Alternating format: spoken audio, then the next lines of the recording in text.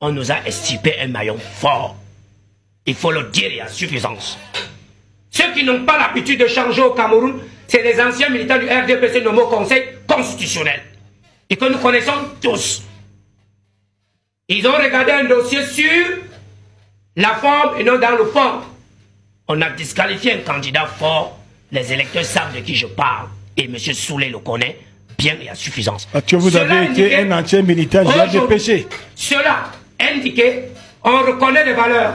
Et lorsque vous reconnaissez une valeur, sachez applaudir. Parce qu'en classe, quand un enfant bien refusé sa leçon, les autres applaudissent. Très bien. Cette valeur, alors, aujourd'hui, on a voulu l'utiliser, croyant que ça va briser une opposition. Mais cette valeur reste dans les tractations. Cette valeur sûre continue à travailler dans l'ordre avec un groupe de Douala et le groupe de Fumbal.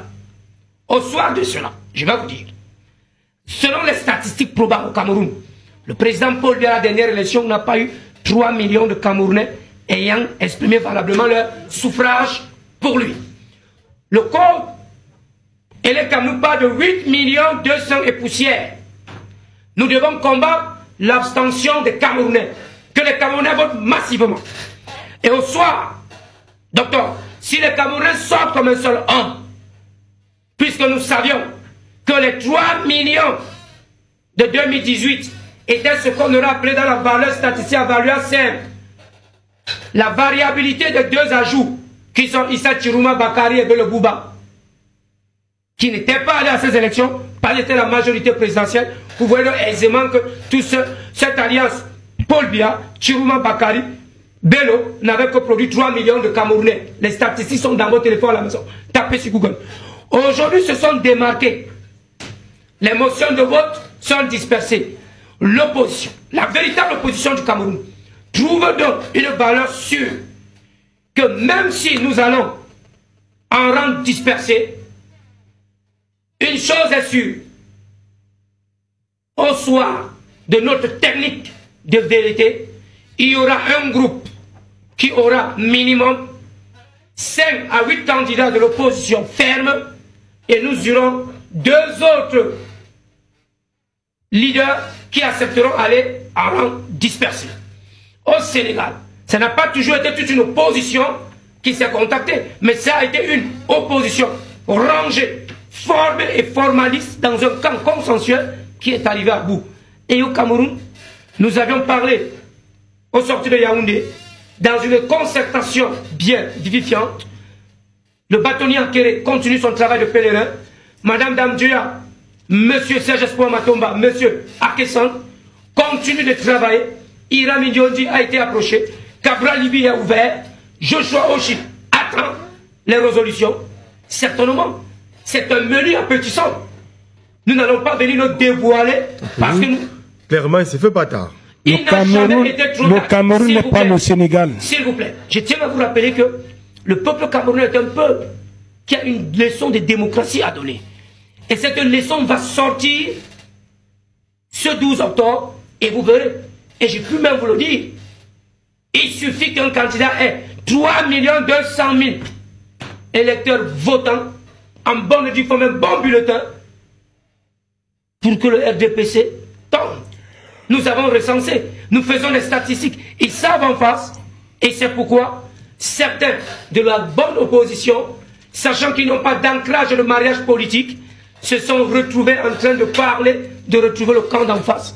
L'échiquier politique a dit ceci, chez nous au PURS, nous restons soudés avec Madame Damdjouya, avec le bâtonnier Akere Mouna, nous sommes soudés avec l'honorable, je suis aussi l'honorable Cabral Libi, et nous savons que nous allons nous entendre. Je avait dit clairement qu'il n'a pas besoin de coalition. Monsieur, quand on dit que nous restons soudés, suivez très bien, nous regardons dans la même direction, beaucoup de choses vont se dire et beaucoup de choses se feront. Nous sommes en politique.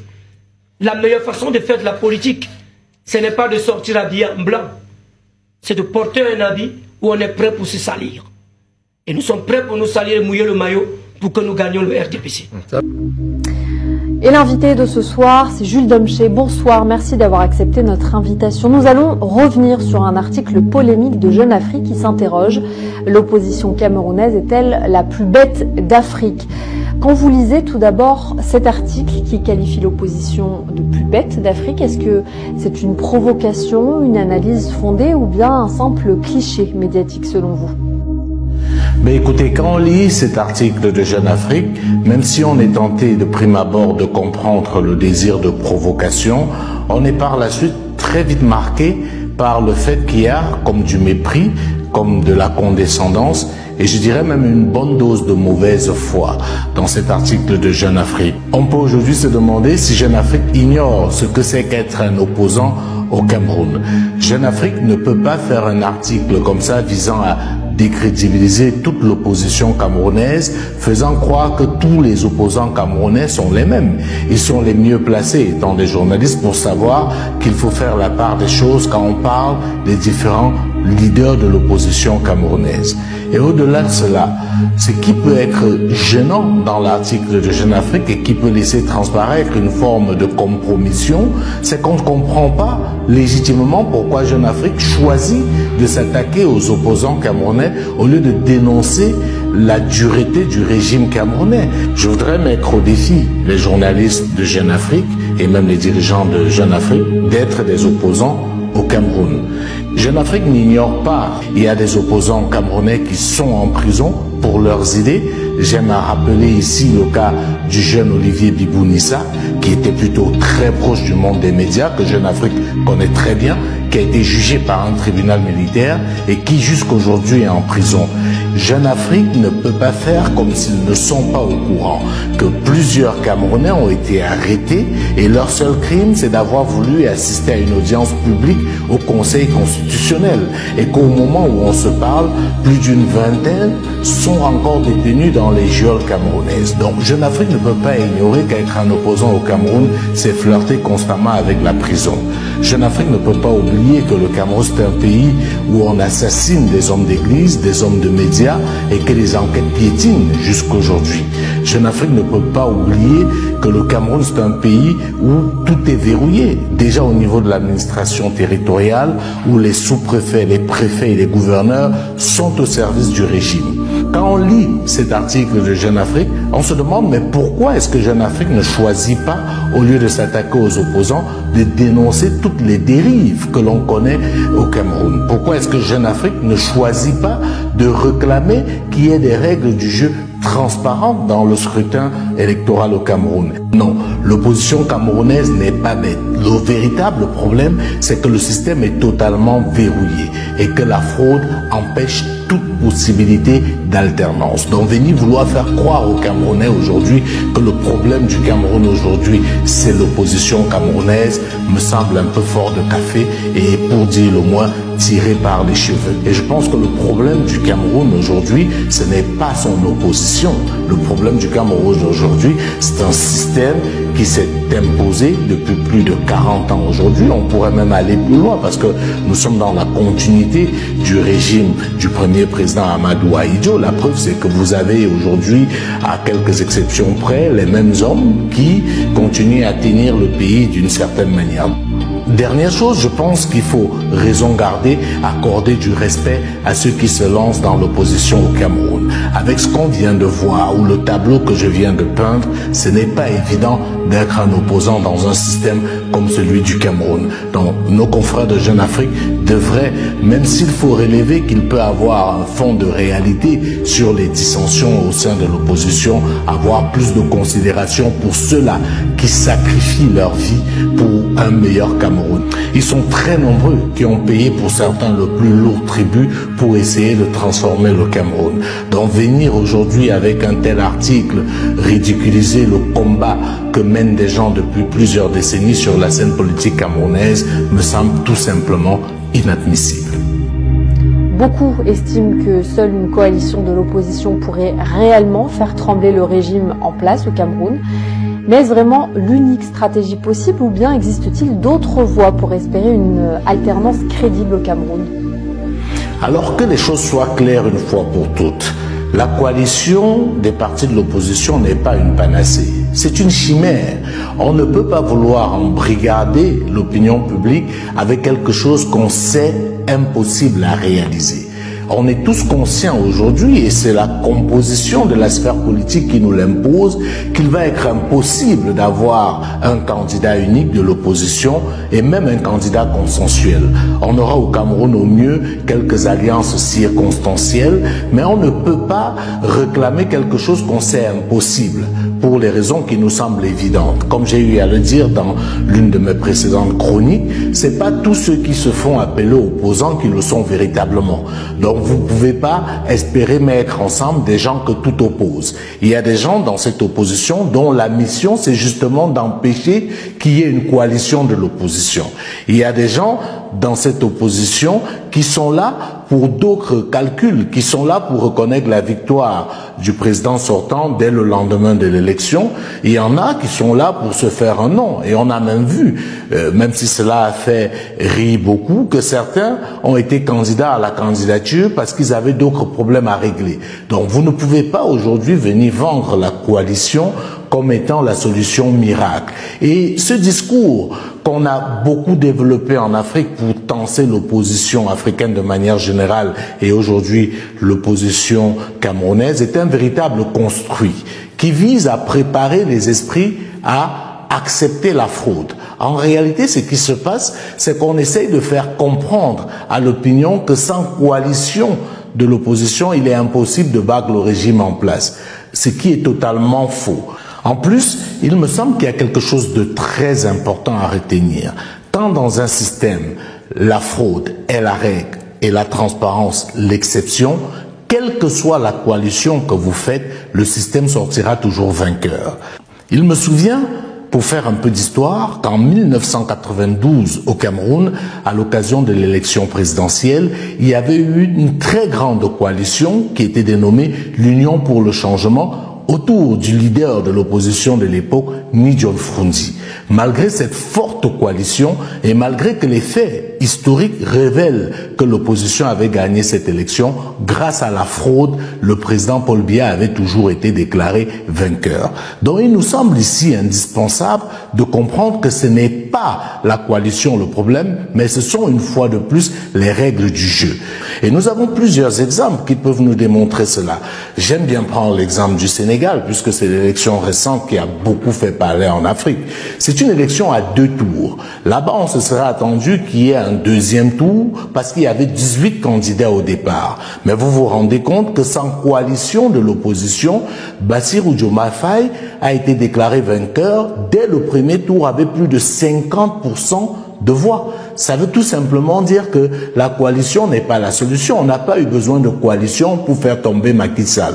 Tout comme Macky Sall lui-même n'avait pas eu besoin d'une coalition de l'opposition pour faire tomber Abdoulaye Wade. Si un candidat a un programme sérieux, si un candidat est suffisamment charismatique et intègre pour attirer derrière lui la majorité des électeurs, alors il est déclaré vainqueur. Dans un processus électoral comme le Cameroun, où c'est une élection à 1 tour, où on gagne à la majorité relative, ce qui revient à dire que si vous avez une voix de plus que vos adversaires, vous êtes déclaré vainqueur. La coalition peut être une force, mais elle ne peut pas être tout. Donc il faut qu'on arrête d'entraîner les Camerounais dans cette chimère-là qui a pour seul objectif de préparer les esprits à la fraude. Vous vous souvenez tous qu'au Gabon, face au président Ali Bongo, il y avait eu une candidature consensuelle portée par Albert Ondosa. Et figurez-vous que malgré cette candidature consensuelle de l'opposition gabonaise, Ali Bongo avait finalement été déclaré vainqueur de l'élection présidentielle au Gabon et il a fallu un coup d'État militaire pour l'y déloger. Donc je pense qu'il faut qu'on arrête avec cette instrumentalisation, avec ce désir de manipulation de l'opposition. Je ne suis pas en train de dire que la coalition n'est pas importante, mais on ne peut pas survendre quelque chose qui en réalité est une chimère. Parce que même si 2, 3, 4 candidats de l'opposition se mettent ensemble au Cameroun et que la fraude a la même ampleur qu'elle a souvent, les résultats seront les mêmes que ceux qui ont souvent été proclamés lors des dernières échéances électorales.